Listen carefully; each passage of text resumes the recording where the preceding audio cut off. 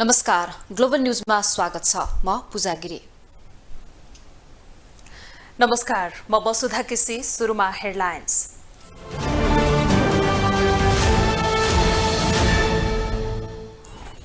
यति एयरलाइन्सको विमान पोखराको सेतीको खोजमा खस्दा 68 जनाको मृत्यु, 4 जनाको अवस्था अज्ञात, अहिलेसम्म 12 जनाको शनाखत।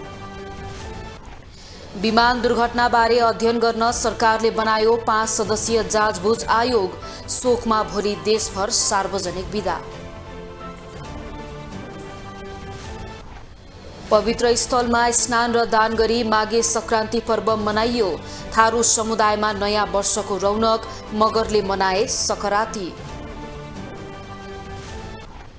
15 दिनको अवधिमा फिलिपिन्समा आँधीका कारण 17 जनाको मृत्यु, हजारौं विस्थापित, अझै सचेत रहन सरकारको आग्रह।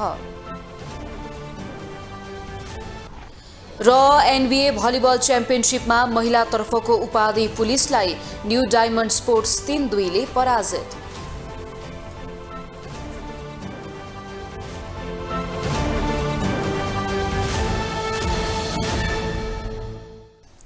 ग्लोबल न्यूज अब विस्तारमा। सरकारले यति एयरलाइन्सको विमान दुर्घटनामा परि ज्यान गुमाउनेहरूको शोकमा भोलि सार्वजनिक बिदा दिएको छ।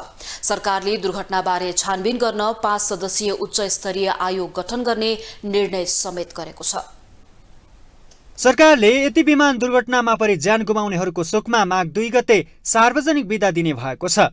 आइतबार काठमाडौँबाट पोखरा उडेको यति एयरलाइन्सको call sign 9NANC flight number 691 ATR 72 जहाज सेती नदीको कोचमा दुर्घटनाग्रस्त अवस्थामा भेटिएको थियो। दुर्घटनामा परि ज्यान गुमाउनेहरूको शोकमा भोलि सार्वजनिक बिदा दिने सरकारले निर्णय गरेको छ। मन्त्री परिषदको यो बैठकले यो घटनाका प्रति गहिरो दुःख व्यक्त गरेको छ। दिवंगतहरूप्रति हार्दिक श्रद्धाञ्जली व्यक्त गरेको छ र निधन भएका व्यक्तिहरूको परिवारप्रति गहिरो समवेदना व्यक्त गरेको छ। र भोलि एक दिन यो शोकपूर्ण घटनाका सन्दर्भमा भोलि माघ 2 गते शोक मनाउने र एक दिन सार्वजनिक बिदा गर्ने निर्णय गरेको छ। त्यस्तै सरकारले घटनाका बारेमा जानकारी लिन चाहने परिवार, आफन्त र अन्य सरकारवाला निकायहरूका लागि सम्पर्क गर्न त्रिभुवन अन्तर्राष्ट्रिय विमानस्थलमा कल सेन्टर स्थापना गर्ने भएको छ। पार्थिव शरीर बुझ्न र आफ्नो स्थानमा लैजान चाहनेको लागि सहजीकरण गर्न आवश्यक प्रबन्ध मिलाउने निर्णय समेत गरेको छ। त्यस्तै दुर्घटनाको कारण पहिचान गरी आगामी दिनमा यस्ता घटना हुन नदिन अपनाउनु पर्ने सुझाव सहितको प्रतिवेदन दिन दुर्घटना जाँच आयोग समेत गठन गरेको छ। सरकारले पूर्व सचिव नागेन्द्र घिमिरेको संयोजकत्वमा जाँच आयोगको सदस्यमा हवाई विज्ञ दीपक प्रसाद वास्तोला, हवाई विज्ञ सुनिल थापा, हवाई मर्मत सेन्टरका इन्जिनियर एकराजङ थापा र जाँच आयोगको सदस्य सचिवमा संस्कृति पर्यटन तथा नागरिक उड्डयन मन्त्रालयका सहसचिव बुद्धिसागर लामिछाने रहेका छन्। आयोगले 45 दिनको समयावधिमा दुर्घटनाको कारण पहिचान गर्ने र आगामी दिनमा त्यस्तो दुर्घटना हुन नदिन अपनाउनु पर्ने र गर्नुपर्ने कारण पहिचान गरी सुझाव सहितको प्रतिवेदन प्रस्तुत गर्ने भनिएको छ। 5 सदस्यीय दुर्घटना जाँच आयोगको गठन गरिएको छ। यो जाँच आयोगलाई 45 दिनको समयावधि निर्धारण गरिएको छ र यो आयोगले यो दुर्घटनाको कारण पहिचान गर्नुका साथै आगामी दिनमा त्यस्तो दुर्घटना हुन नदिनेका लागि अपनाउनु पर्ने वा गर्नुपर्ने कार्यका लागि सुझाव सहितको प्रतिवेदन यसले प्रस्तुत गर्नेछ र प्रतिवेदन प्राप्त भए लगत्तै त्यो प्रतिवेदन कार्यान्वयनका निमित्त सरकारले राज्यले आवश्यक निर्णयहरू लिनेछ। आइतबार बिहान 10:32 त्रिभुवन विमानस्थलबाट पोखराका लागि उडेको यति एयरलाइन्सको call sign 9NANC flight number 691 ATR 72 जहाज करिब 11 बजेको आसपासमा पोखरा विमानस्थलबाट 2 किलोमिटरको नजिकमा सेती नदीको कोसमा दुर्घटनाग्रस्त अवस्थामा भेटिएको थियो। दुर्घटनामा क्याप्टेन कमल केसी सहित चालक दलका 4 जना सदस्य र स्वदेशी र विदेशी यात्रु सहित 68 गरी कुल 72 जना सदस्य रहेका थिए। ग्लोबल टेलिभिजनका लागि क्यामेरामा नरेश मोक्तानका साथमा विनोद विक्रम भण्डारी, काठमाडौँ। 72 जना यात्रु बोकेर काठमाडौँबाट उडेको यति एयरलाइन्सको विमान आज पोखरामा दुर्घटनाग्रस्त भयो। नेपालमा यसअघि पनि धेरै विमान दुर्घटना भइसकेका छन्, जसमा सयौंले ज्यान गुमाएका छन्। कस्तो छ त नेपालमा विमान दुर्घटनाको इतिहास? नेपालको हवाई क्षेत्र असुरक्षित भएको विभिन्न राष्ट्रिय तथा अन्तर्राष्ट्रिय संघ-संस्था तथा निकायहरूले बेला बेलामा प्रतिवेदनहरू सार्वजनिक गर्ने गरेका छन्।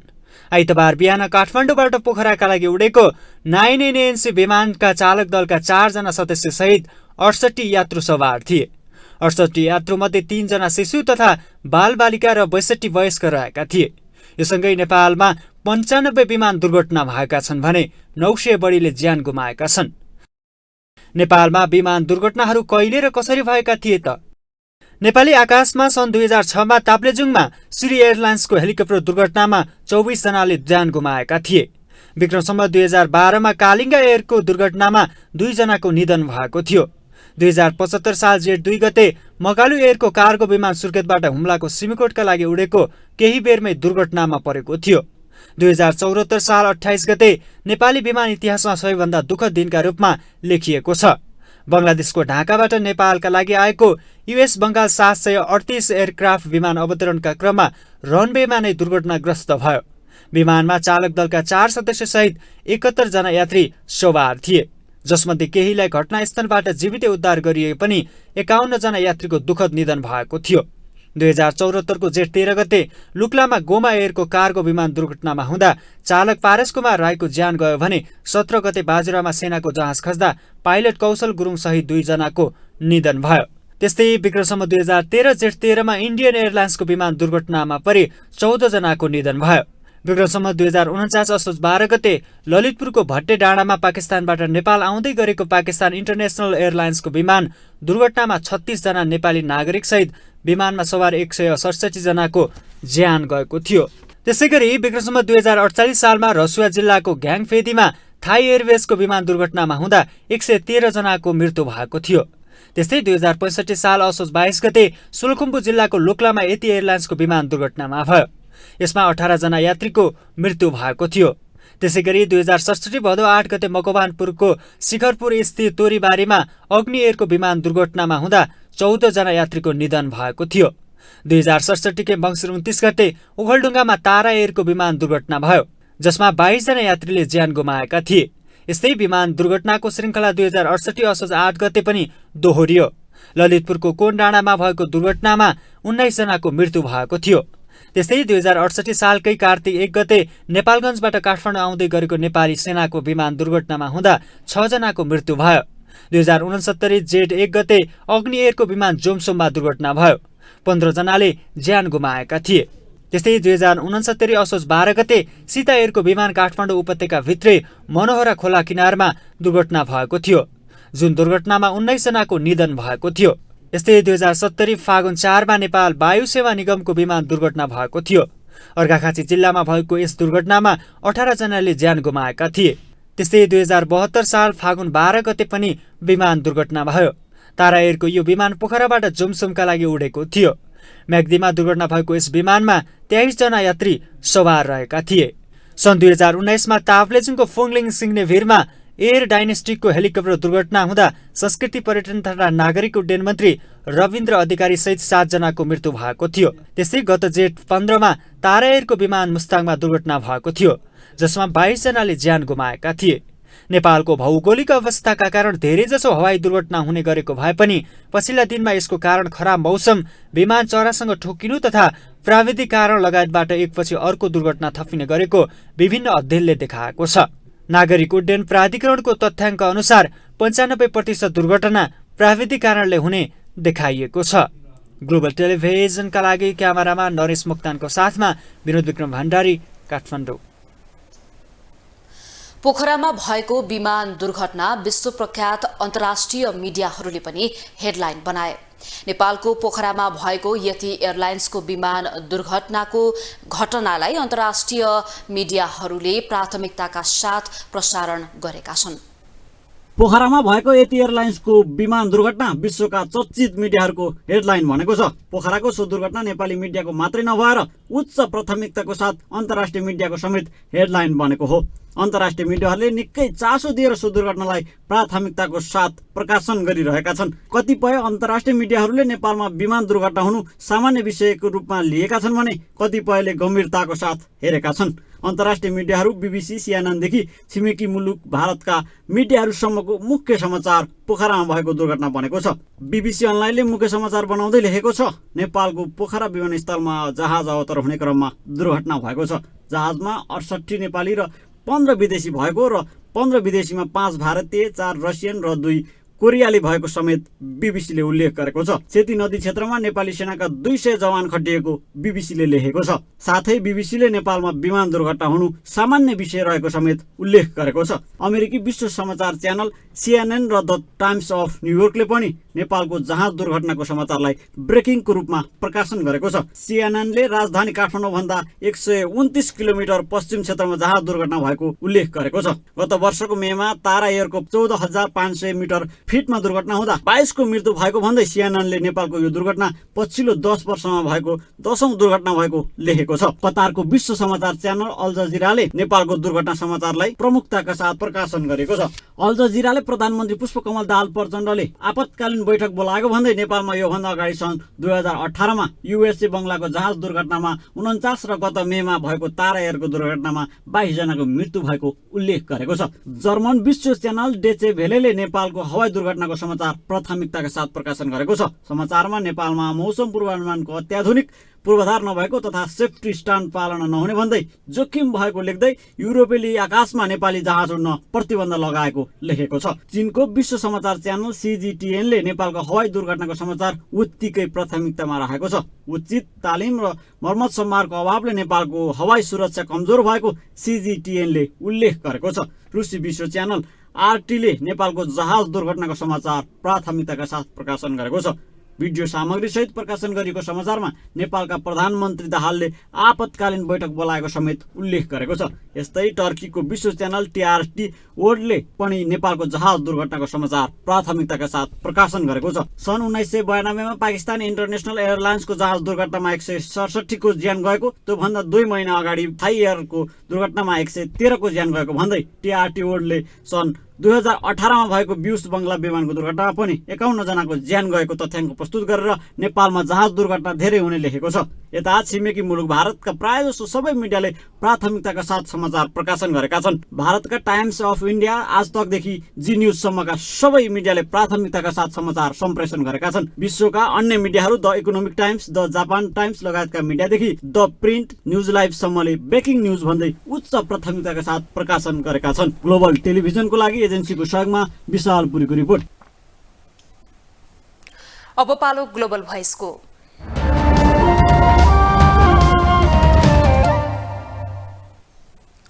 नेपालमा हवाई सेवा सुरु भएता साना ठूला दुर्घटनामा सयौंको मृत्यु भइसकेको छ। यसका कारण पनि हवाई क्षेत्रमा नेपालको पहिचान विश्व सामु खासै राम्रो छैन। यसै सन्दर्भमा ग्लोबल भोइसमा आज हामीले सर्वसाधारणलाई सोधेका छौं, हवाई दुर्घटना रोक्न के गर्नुपर्छ?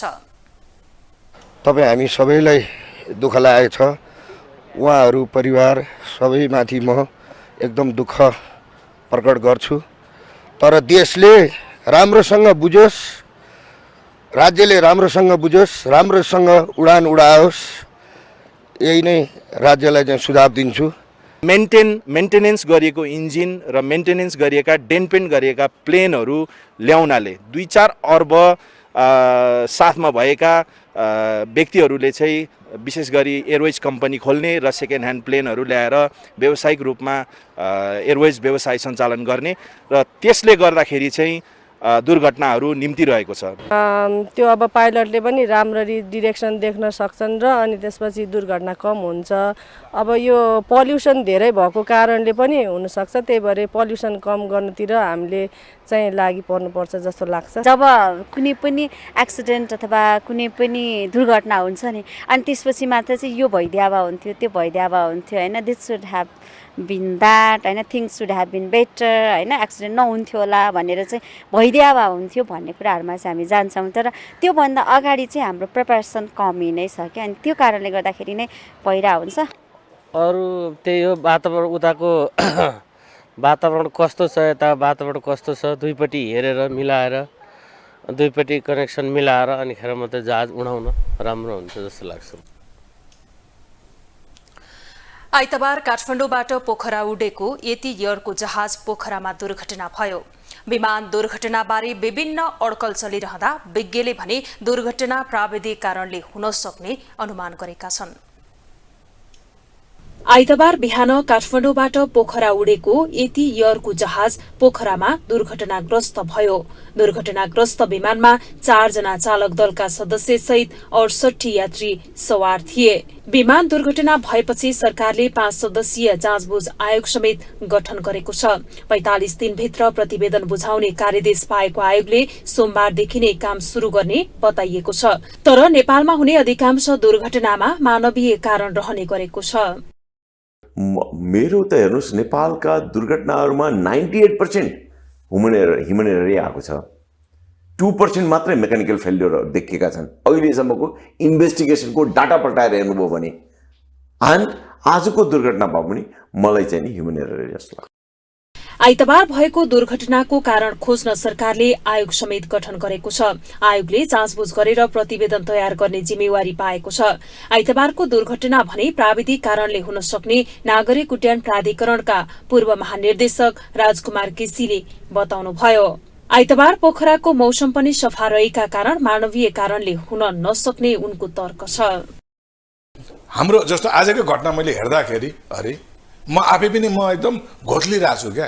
किन न जहाज पुरानो, माने जहाज त अफकोर्स पुरानो हुँदैन सक्नुभयो। पाइलट पनि कम्पिटेन्सी एकदम भएको मान्छे, वेदर राम्रो भएको ठाउँ एकदम पहाडी ठाउँ होइन, लोकेसन राम्रो ठाउँ, जहाज पनि सबै राम्रो, एयरपोर्ट पुग्न 10 सेकेन्ड मात्रै बाँकी भएको बेलामा कसरी भयो त? म आज बिहानबाट चाहिँ जतिवटा इन्टरभ्यू दिएको छु म यसैमा घोत्लिरहेको छु म कि अब यो छानबिन समितिले कस्तो रिपोर्ट ल्याउला भन्ने मलाई पो जिज्ञासा भएको छ। नेपालमा यसअघि भएका विभिन्न दुर्घटनामा परेर 900 बढीको मृत्यु भएको छ। अधिकांश दुर्घटनाको कारण मानवीय रहने गरेको प्रतिवेदनले देखाएको छ। ग्लोबल टेलिभिजनका लागि वसुधा केसी, काठमाडौँ। ग्लोबल न्यूजमा एकैछिन ब्रेक।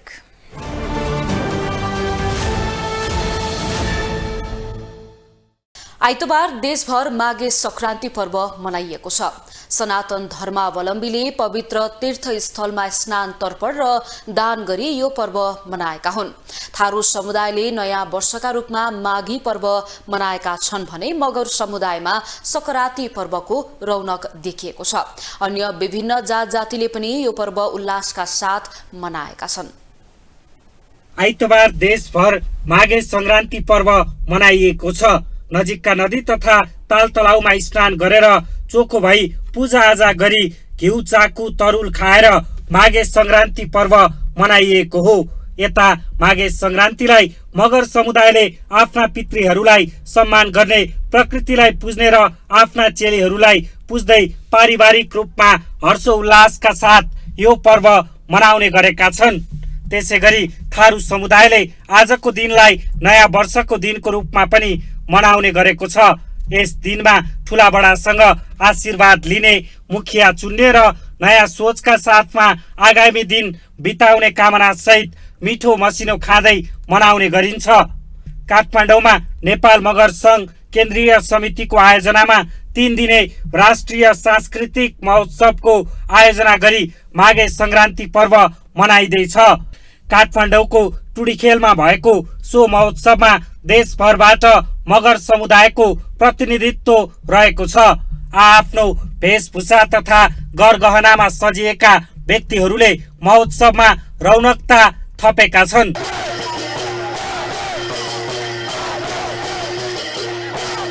नेपाल मगर संघ केन्द्रीय समितिका महासचिव टेक बहादुर मगरले मगर समुदायको मौलिक संस्कार तथा संस्कृतिहरूको संरक्षण र सम्वर्धन गर्दै पुस्तान्तरण गर्नका लागि महोत्सवको आयोजना गरिएको बताए।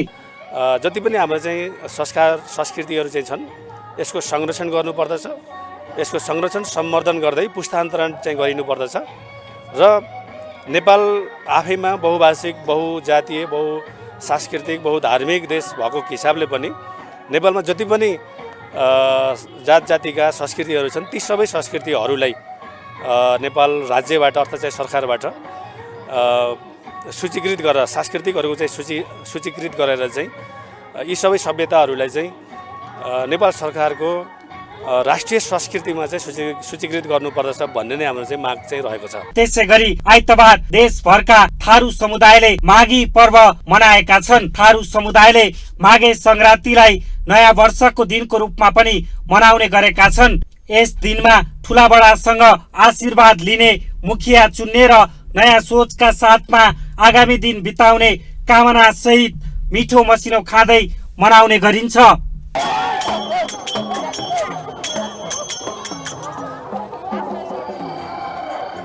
माघी पर्वको अवसरमा घोङ्गी, गङ्गटो आदि परिकारहरू खाएर रमाइलो गरिन्छ।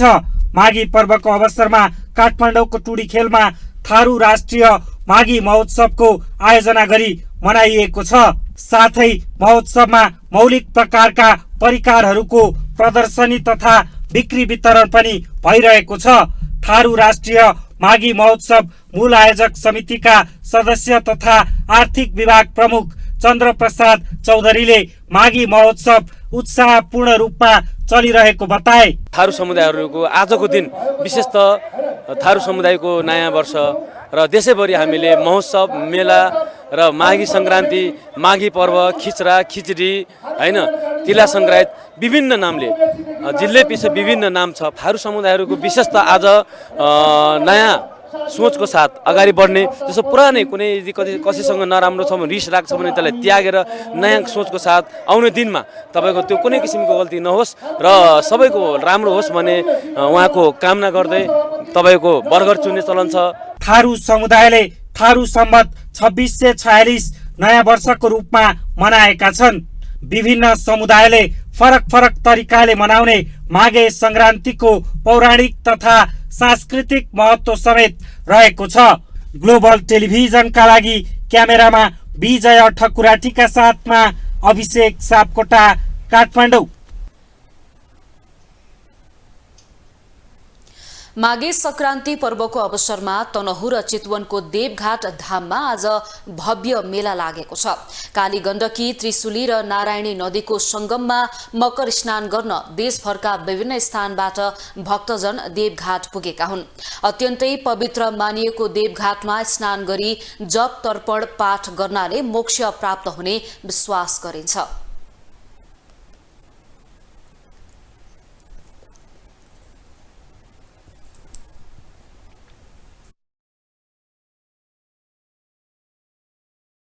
गलेश्वर, त्रिशुली, काली गण्डकी, बागमती, इन्द्रावती, त्रिवेणी, रिडी लगायतका स्थानमा माघ स्नान गर्ने भक्तजनको घुइँचो लागेको छ। सूर्य धनु राशिबाट मकर राशिमा प्रवेश गर्ने भएकाले माघे संक्रान्तिलाई मकर संक्रान्ति पर्व पनि भनिन्छ। अब इकोनोमिक न्यूज।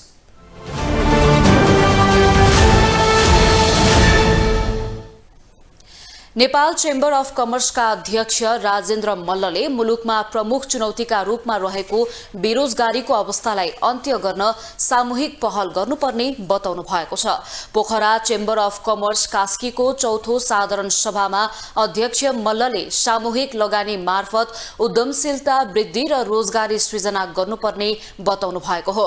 उहाँले उद्योग तथा साना व्यवसायमा सामूहिक लगानी मार्फत नयाँ रोजगारी सृजना गर्नका लागि निजी क्षेत्र र सरकार बीच हातेमालो गर्न आवश्यक रहेको बताउनुभयो। कृषि, पर्यटन एवं साना उद्योगमा रोजगारी सृजना गर्न सकिने अध्यक्ष मल्लको भनाइ छ।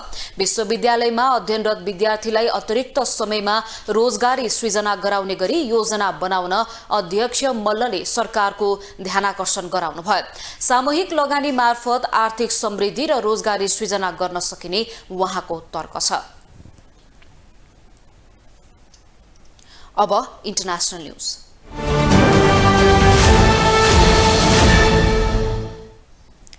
फिलिपिन्समा आँधीमा परि जनवरी लागे यता 27 जनाको मृत्यु भएको छ।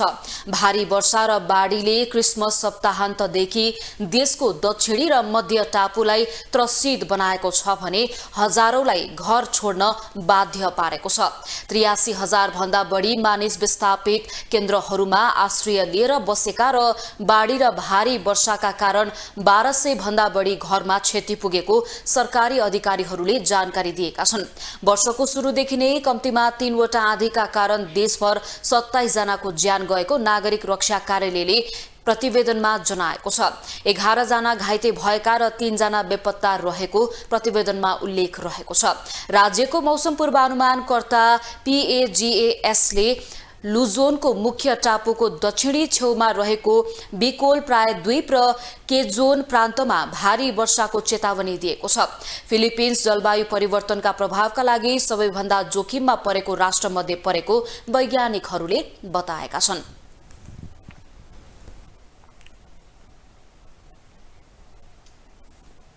अब स्पोर्ट्स न्यूज।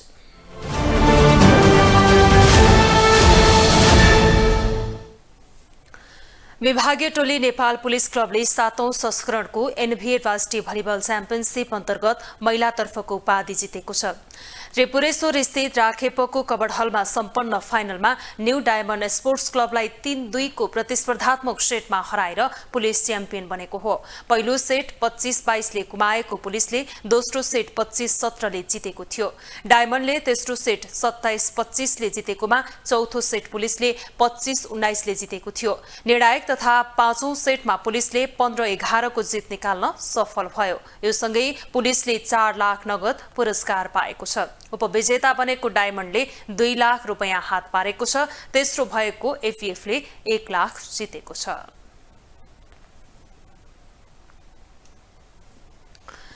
नेपालले घरेलु मैदानमा खेल्ने त्रिदेशीय एकदिवसीय अन्तर्राष्ट्रिय क्रिकेट सिरिजको खेल तालिका सार्वजनिक गरेको छ। नेपाल क्रिकेट संघ क्यानले आज आईसीसी पुरुष क्रिकेट विश्वकप लीग 2 अन्तर्गतको एक दिवसीय सिरिजको खेल तालिका सार्वजनिक गरेको हो। ट्यू क्रिकेट मैदानमा आयोजना हुने सिरिजमा नेपाल, नामिबिया र स्कटल्याण्ड रहेका छन्। सिरिजको पहिलो खेलमा नेपालले नामिबियासँग खेल्नेछ, जुन खेल फेब्रुअरी 14 मा हुनेछ। यस्तै नेपालले दोस्रो खेलमा स्कटल्याण्डसँग फेब्रुअरी 17 मा खेल्नेछ। नेपालले फेब्रुअरी 18 मा नामिबियासँग दोस्रो खेल खेल्दा स्कटल्याण्डसँग फेब्रुअरी 21 मा पुनः खेल्नेछ। सिरिजमा नेपाल 24 खेलमा 18 अङ्क जोडेर 6औं स्थानमा रहेको छ। स्कटल्याण्ड 32 खेलमा 46 अङ्क जोडेर शीर्ष स्थानमा रहेको छ। नामिबिया 30 खेलमा 37 अङ्क जोडेर तेस्रो स्थानमा रहेको छ।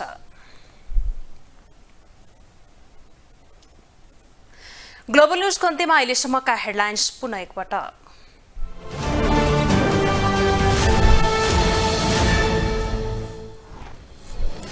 एती एयरलाइन्सको विमान पोखराको सेती खोजमा खस्दा 69 जनाको मृत्यु, 4 जनाको अवस्था अज्ञात, अहिलेसम्म 12 जनाको शनाखत।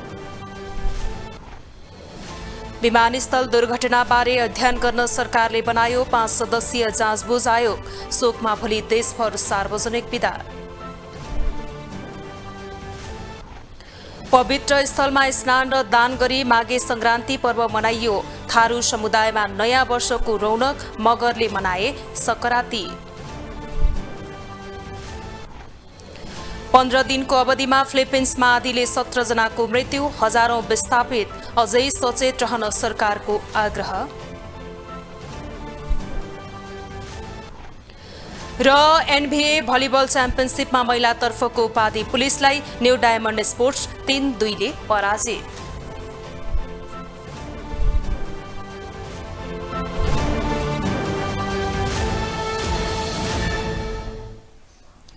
ग्लोबल न्यूज अहिलेलाई यति नै। ग्लोबल टेलिभिजन तपाईँ फेसबुक तथा युट्युबमा पनि प्रत्यक्ष हेर्न सक्नुहुनेछ। ग्लोबल टेलिभिजन हेर्दै गर्नुहोला। नमस्ते।